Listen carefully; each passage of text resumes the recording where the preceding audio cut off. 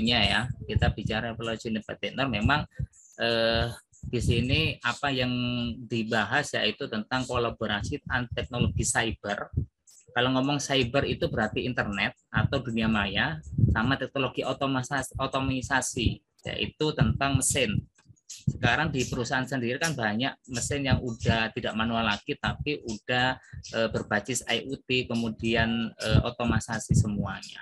Jadi di sini revolusi industri 4.0 itu juga dikenal dengan cyber physical system, yaitu konsep penerapannya yang mana terpusat pada otomatisasinya.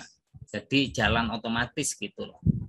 Yang mana jalan otomatis ini tidak langsung di building tapi dibantu dengan sistem teknologi informasi. Dan di dalamnya itu ada suatu proses untuk pengaplikasiannya atau implementasinya. Di sini juga perlu diperhatikan bahwasanya di samping ada otomatisasi tadi, kita sebagai SDM atau tenaga kerjanya itu juga dapat berkurang. Ya, semakin perusahaan itu mesinnya canggih, kebutuhan karyawannya itu dikurangi. Tapi tidak menutup kemungkinan adanya revolusi industri 4.0 ini. Yang pertama adalah efektivitas perusahaan itu semakin bagus. Efisiensi waktu yang mana kadang dilakukan oleh manusia itu membutuhkan beberapa jam, namun adanya revolusi 4.0 bisa jadi per menit atau per detik. Nah, itu juga sangat berakibat kepada peningkatan atau pengembangan suatu perusahaan. Nah, ini kalau dalam dunia industri juga ini sangat sekali berdampak kepada kualitas kerja sama biaya produksi. Daripada kita menggaji beribu karyawan, mending kita perusahaan itu membeli suatu produk atau mesin yang udah diotomatisasi tadi. Ya, ini. Kemudian kita bicara perkembangan revolusi industri 4.0 yang mana kita bicara industri 1.0 itu masih menggunakan mesin uap. Ya, di situ ada mesin uap untuk perusahaan. Kalau dulu itu jenis batu bara ya, mesin uap. Kemudian baru industri 2.0 ini udah mulai pembuatan assembly, ya, assembly kemudian energi elektrik. Ya, tahu nggak assembly? Assembly itu sejenis bahasa pemrograman tingkat dasar. Kalau nanti ada nanti temanku yang menjelaskan tentang bahasa pemrograman. Jadi bahasa pemrograman itu mulai tingkat dasar atau basic, kemudian medium hingga high. Ya, termasuk assembly ini bahasa pemrograman tingkat dasar yaitu tentang tentang mesin. Ya, kemudian kita bicara industri 3.0 ini udah otomatisasi, kemudian udah berbasis komputer dan elektrik. Namun masih belum 4.0. Tapi kalau udah ngomong 4.0 itu tadi ada keterlibatan cyber atau dunia internet. Yang mana teknologi mesin itu udah dikendalikan pakai WiFi atau pakai Bluetooth atau pakai smartphone dan sejenisnya. Nah, inilah yang dikatakan industri 4.0. Tidak hanya otomatisasi, tapi ada hubungan penerapan teknologi informasi dan internet. Oke.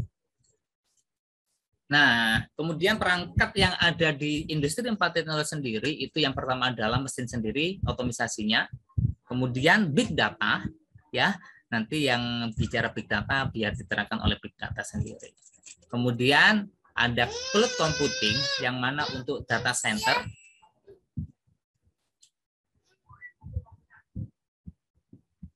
Data center, kemudian untuk aplikasi, kemudian autonomous sendiri, IoT, sama data manajemen. Jangan sampai perusahaan itu nggak punya database atau masih manual. Ya, di sini adanya industri 4.0, ingat ada 5 pilar utama. Yang pertama adalah IoT, big data, artificial intelligence atau AI atau kecerdasan buatan kalau bahasa Indonesianya, kemudian cloud computing atau komputasi awan sama active manufacturing. Jadi 5 pilar revolusi industri 4.0. Kalian diajari nanti IoT, diajari big data, diajari AI, diajari cloud, diajari active manufacturing, diajari. Nah, nanti untuk bicara IoT, nanti ada teman kamu yang menjelaskan IoT terkait mulai dari komputasinya, mekanisnya, kemudian mesin digital dalam keterhubungan atau dan disebut interrelated connection. Kemudian big data, nanti temanmu menjelaskan big data. Dalam big data sendiri nanti ada 5 karakter big data ya, volume, yang kita sekarang ketahui tingkatan volume dalam data itu mulai dari byte ya, byte, kilobytes, megabytes, kemudian gigabytes, tahu ya, gigabyte, setelah gigabyte apa? Terabytes, nah, kemudian zettabytes, kemudian petabytes, dan byte-byte. Nah, itu udah berjuta-juta data. Itu karakter big data. Kemudian kecepatannya big data dalam pengaksesan suatu informasi, kemudian keberagaman data, mulai data struktur sama unstruktur. Di perusahaan sendiri kalau data laporan itu berarti masuk data struktur. Tapi kalau data cuitan Twitter terkait misalkan terkait sentimen analisis, produk dan seterusnya itu namanya data unstruktur yang mana nanti perlu diolah dalam suatu big data. Kemudian validitas big data veracity-nya, nah itu perlu valid enggak datanya, oke enggak, bisa digunakan enggak, itu nanti dibahas di big data. Nanti temanmu yang big data akan membahas ini. Kemudian AI udah sesuai dengan keinginan manusia ya, otak manusia, dan udah diotomatisasi. Kemudian bicara cloud computing, ya sekarang semuanya itu cloud. Ya, apa cloud computing semuanya itu cloud bilang cloud, free cloud dan semuanya. Sekarang itu VPS, aplikasi semuanya itu dibahas di cloud computing.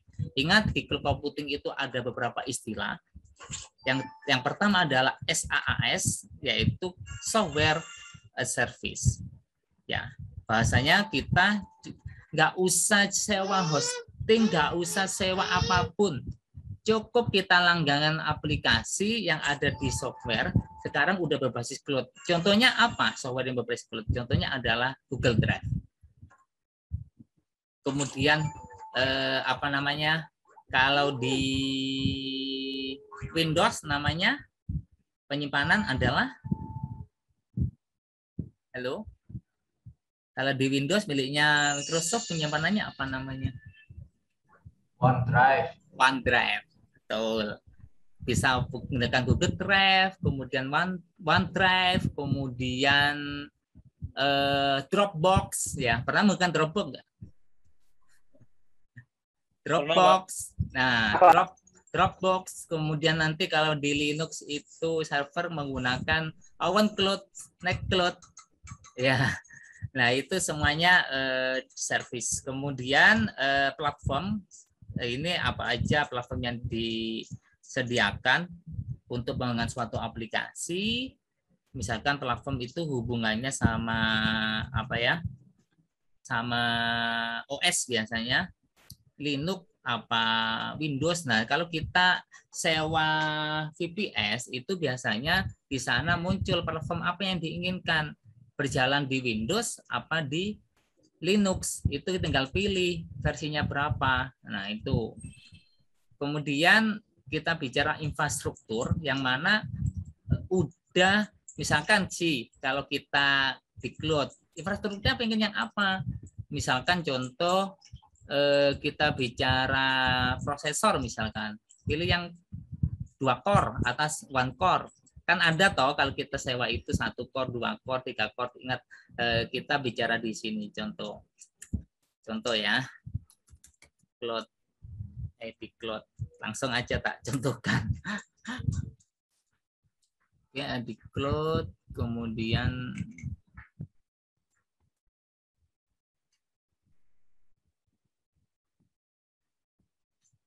apa ya passwordnya?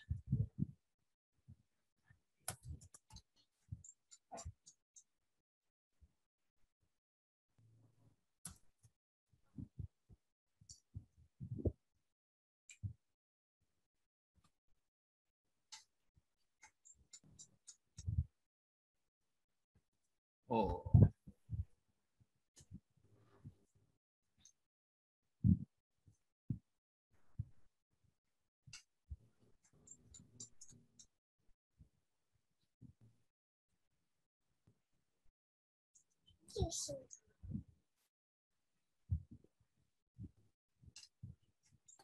Nampil ya di CloudHost ya. Masih loading, Pak. Masih Muter-muter loading. Betul, masih loading. Ini bentar, tak kasih contoh di konsolnya CloudHost. Ya. Oke, sambil nunggu saya lanjutkan ke materi. Kemudian infrastruktur, kemudian banyak sih produk-produk cloud computing termasuk di CloudHost ini yang saya contohkan, Dewa Web, CloudKillat, Cloud. Kemudian di sini juga bicara tentang additive manufacturing, yang mana di manufacturing ini banyak sih terobosan baru di dunia manufacturing termasuk mesin cetak 3 dimensi ya. Sekarang mungkin di perusahaan jenengan semua udah nggak menerapkan cetak 3 dimensi. Printer 3D itu loh, betul. Pak. Ya, 3D. Mesin, Pak. Di mesin. Ya, itu jadi seakan-akan udah produk nyata atau gambar nyata. Memang ini banyak sekarang digunakan untuk misalkan desain sepatu, kemudian desain interior dan seterusnya. Oke, ini CloudHost ya. Udah ini saya kembali ke awal bahwasanya di sini di cloud hosting ini ada banyak jenis. Kemudian yang pertama adalah ini misalkan SaaS ya, software apps catalog. Nah, platformnya apa aja yang diinginkan. Ini misalkan WordPress, kalau kita ingin membuat aplikasi WordPress, Moodle untuk pembelajaran, Docker, kemudian di sini ada Sister, ada Mikrotik, misalkan Mikrotiknya diolenkan, kemudian ada Cyberpanel, cPanel, dan semuanya ini namanya SaaS. Kemudian kita bicara platform. Oke, bicara platform, kita sekarang adalah kita pilih Windows, Ubuntu, apa CentOS, apa Debian. Nah, kemudian kita bicara IaaS. Nah, IaaS-nya CPU-nya itu berapa core? Ya, ini yang disediakan 1 sampai 16 core. Nah, kemudian RAM-nya berapa? Nah, RAM-nya bisa di-custom. Disk-nya berapa? Nah, disk-nya juga bisa di-custom. Ini sesuai dengan kebutuhan. Ini namanya infrastruktur. Nah, ini contoh penerapan cloud. Kemudian kita bagaimana sih cara menangani cloud hosting itu sendiri sih? Jadi cara menangani cloud hosting itu yang pertama adalah ini. Bentar. Oke.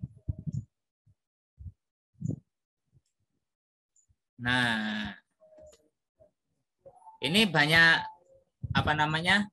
yang diterapkan di Indonesia sih seperti sistem robotik, kemudian infrastruktur IoT. Sekarang itu contoh ada robot atau sensor tentang suhu badan manusia, kemudian diketahui dia itu terinfeksi COVID-19 apa enggak, itu semuanya sekarang itu udah mulai berkembang di Indonesia. Kemudian peningkatan otomatisasinya itu mulai dari komunikasi antara mesin to mesin, komunikasi human to machine, kemudian AI itu udah mulai bergerak ya. Banyak juga perusahaan-perusahaan juga di sini ada virtual reality. Bagaimana sih virtual reality itu? Contoh, tak kasih contoh ya. Virtual reality untuk mengontrol kondisi mesin. Nah, kita tinggal pakai aplikasi virtual reality ini udah mengetahui kondisi perusahaan. Contohnya sekarang virtual reality ini digunakan untuk virtual expo. Ini contohnya, tak kasih tahu.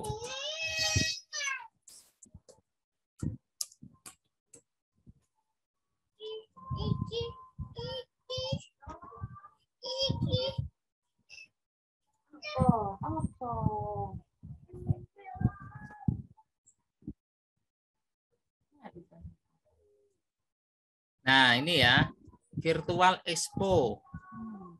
Ini tak kasih contoh.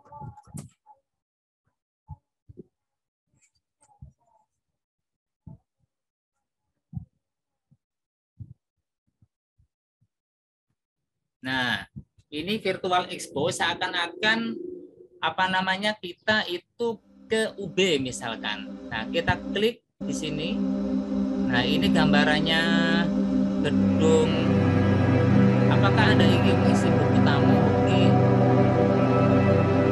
Nah, diganti sama datang di expo, kemudian misalkan Imron 085. Contoh ini ya, contoh aja.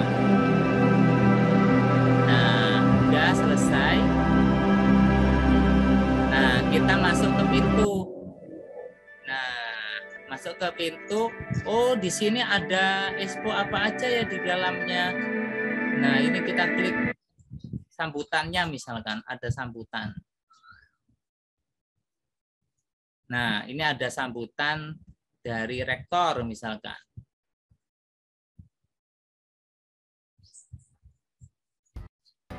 Nah, sambutan. Kemudian kita close, kemudian ke yang lain. Nah, yang lain di sini misalkan ini ada apa ya di sini ya?